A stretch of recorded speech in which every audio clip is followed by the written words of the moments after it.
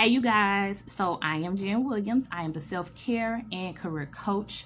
I am talking to you guys today about resumes and career rejuvenation. So, if you guys need to revamp your resumes, update them, update your cover letters, update letters of recommendation, if you need help with interview preparation, or with getting ready to try and get a promotion on your job, or even switching careers into a new industry, I am the go-to person. I thoroughly enjoy making people look amazing on paper, and I enjoy reviewing and updating documents because that is something that I am really good with. And I also sell these amazing self-care t-shirts. They are on sale for $25 on my website, selfcarewithjen.storeenvy.com. So let's get into it. Let's talk about resumes and resume writing. So the one thing that I look at when I'm looking at documents is how clean is the document, right? Are the fonts the right size throughout the document? Is the font size the same throughout the document? Are there any spelling errors? Are there any places in the document where you have incomplete thoughts? Like, those are things that you'll see if you review your document, right? Sometimes we get beside ourselves and think, okay, well, I'm just going to create this document, this resume, this cover letter, and the thoughts are coming out of my head the way that I am actually writing them on the document, on the paper. And if you don't go back and proofread that and let somebody else proofread your document, you are bound to miss something. I remember, I guess it was 2 years ago, I wrote an ebook, 20 Ways to Put Self-Care into Your Daily Life, right? I'm talking about, I read and reread that document thousands of times, but after I had already sent it out to people, I noticed that I had some issues. I had some mistakes, some typos in there because I didn't let somebody proofread behind me. Now, did I know better? Of course, but I was just trying to, I was just trying to get it done, right? So just know, when you are just trying to get it done, that mistakes are bound to happen, right? So the last thing that I want you to do is to send out one of your resumes and it gets into the hands of a hiring manager or somebody that has a stack of 20 or 30 resumes on their desk, and they see a mistake in yours and throw it in the trash can because 29 other people got theirs proofread, got their resumes proofread by somebody else, and the mistakes were caught. So that's just something to keep in mind. That's the number one thing that I wanted to talk about, right? So number two, what is the message that you're sending out with your resume? Like, are you giving concrete examples of the actual work that you do and the results that you are giving to your employer? Or are you just being vague? Like, will the employer need to figure out what you were doing? Will they try to piece together your resume to try to make sense of your skill set? Or do you put it out there plainly? Like, are you overloading your resume? Are you putting too much information in there? Like, those are some things that you need to think about when you are creating your document. And so I have a couple of examples here that I want to get into that you can ask yourself for different kinds of positions, right? So, are you a manager? The example of a bullet point on your resume could look like improve team production by being hands-on with your staff. That sounds good, right? Okay, but this is a flip to it. The flip is showcasing what you did for the employer and what was the result, right? That's what you want to have in your resume, results-driven skill sets, because that shows that you are a person that can really perform well on a job. So the question again, or the bullet point again, was the manager improved team production by being hands-on with the staff. You should say implemented automated system to track completed orders and delayed ETAs by getting feedback from team members during team meetings. So what does that say? That means that you are a person that knows how to innovate. You are a person that also cares about improvement, and you are a person that cares about the team's input. So you went from just improving the team to being innovative, improving, and caring about a team. So that's the importance of putting results-driven bullet points on your resume. Okay, so here's another one for a pharmacy tech person. The bullet point probably says showed attention to detail while helping clients with prescription needs. Okay, that sounds good, right? You did something, but what if you said you provided various options for prescription needs when clients were looking for new options, right? It's the same thing, you just said it in a more powerful way, right? You showed that you are a self-starter, you showed that you have product knowledge, and you give support. So don't limit yourself when it comes to those bullet points, those descriptions of the skills that you display on your jobs, right? Okay, so here's the last example of a bullet point that can be upgraded. I work in quality assurance, right? The bullet point can say, review and approve documents before release into the quality management system, right? That's a simple bullet point. I feel like if somebody read that, they'll know what I was doing.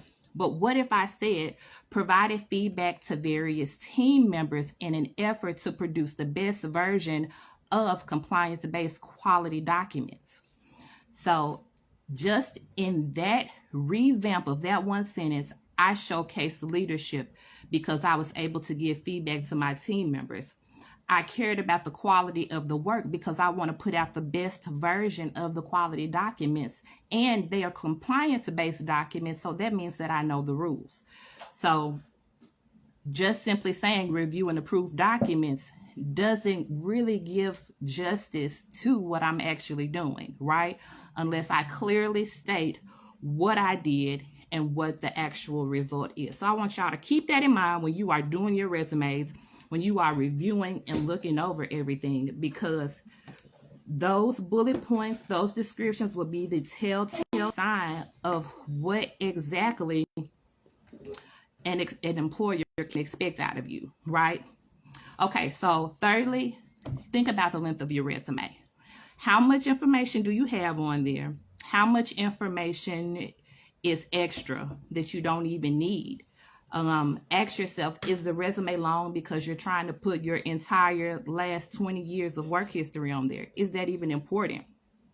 Okay, if somebody is reading your resume, will they have to weed through the details to find the actual important parts that have to do with the job you're applying for? Okay, another question to ask yourself is, does my resume really reflect where I am in my life? Does it reflect where you're trying to go? Does it even look like you're trying to upgrade your life in some kind of way? Does it look like you're ready to go to the next level? Okay, and the question you need to ask yourself is, are my current skills and responsibilities clearly stated? So if your current responsibilities and skills aren't stated there clearly, you need to take an inventory of what you are doing on your job. Now, you can make lists so that you can transfer those skills onto your resume. And like I said before, just make sure that when a person looks at your resume, make sure they are seeing the things that are related to the job that you are applying for. Make sure that you are putting your best foot forward. But say you're not sure on how to even do that, right? That's where I come in. I have a career care package on my website, selfcarewithagn.storeenvy.com, for $89. I create a cover letter for you and a resume based on a job title that you are interested in, right? And then those bullet points that I develop for descriptions for your jobs, those are even transferable to job sites like Indeed or LinkedIn. Remember, a lot of people use LinkedIn and Indeed to do job searches. So if you are unsure of where exactly to start, I also have open consultations which are $25 at selfcarewithagn.storeenvy.com, and I can work with you guys so that you are putting the best version of yourself out there at all times. So finally, if you guys want to transition into a new industry, remember that when people use these applicant tracking systems, this is something that I'm going to talk about in another video, but the applicant tracking systems are the way that people weed through the resumes, right? So they type in a customer service representative, and then they get 1,000 resumes that come up with customer service representative in them, and then they may type in any number of words. They could type in innovative systems, or they could type in just the position, like I said before. Whatever they type in, that needs to be in your resume. So it will always benefit you to take words from the actual job description and put them into your resume so that you can make that final cut. All right. So those were 3 tips that I have for you. So just to recap, make sure that you have a clean copy of your resume. Make sure that you know what message you are sending out in your resume. Make sure that it is a results-driven bullet point that you are putting for your descriptions. And then also just think about the length of your resume. Make sure that you are not just putting too many details out there that nobody even cares about. Make sure that everything that you're putting in your resume has something to do with that new position, so that you will have a better chance of getting chosen to come and talk about yourself. And if talking about yourself scares you, I offer a service too for interview prep. So I'm going to wrap it up by saying check out my website, selfcarewithjen.storenvy.com. If you guys have questions or concerns, if you guys want to see a before and after resume, I have those available as well. Just message me and I'll let you guys see. I'm trying to figure out how I can post those on my personal page or my business page so that you guys can see the befores and afters. But I know that just seeing it will be more beneficial for you guys and make you guys ready to click that button and work with me on a one-on-one basis. So y'all have a good Saturday. I'm your girl, Jen Williams. I'm the self-care and career coach. I am all about career rejuvenation through updating your resumes, preparing for interviews, updating letters of recommendation, and getting you ready for that next level or promotion in your life. Make sure you get with me when you have time.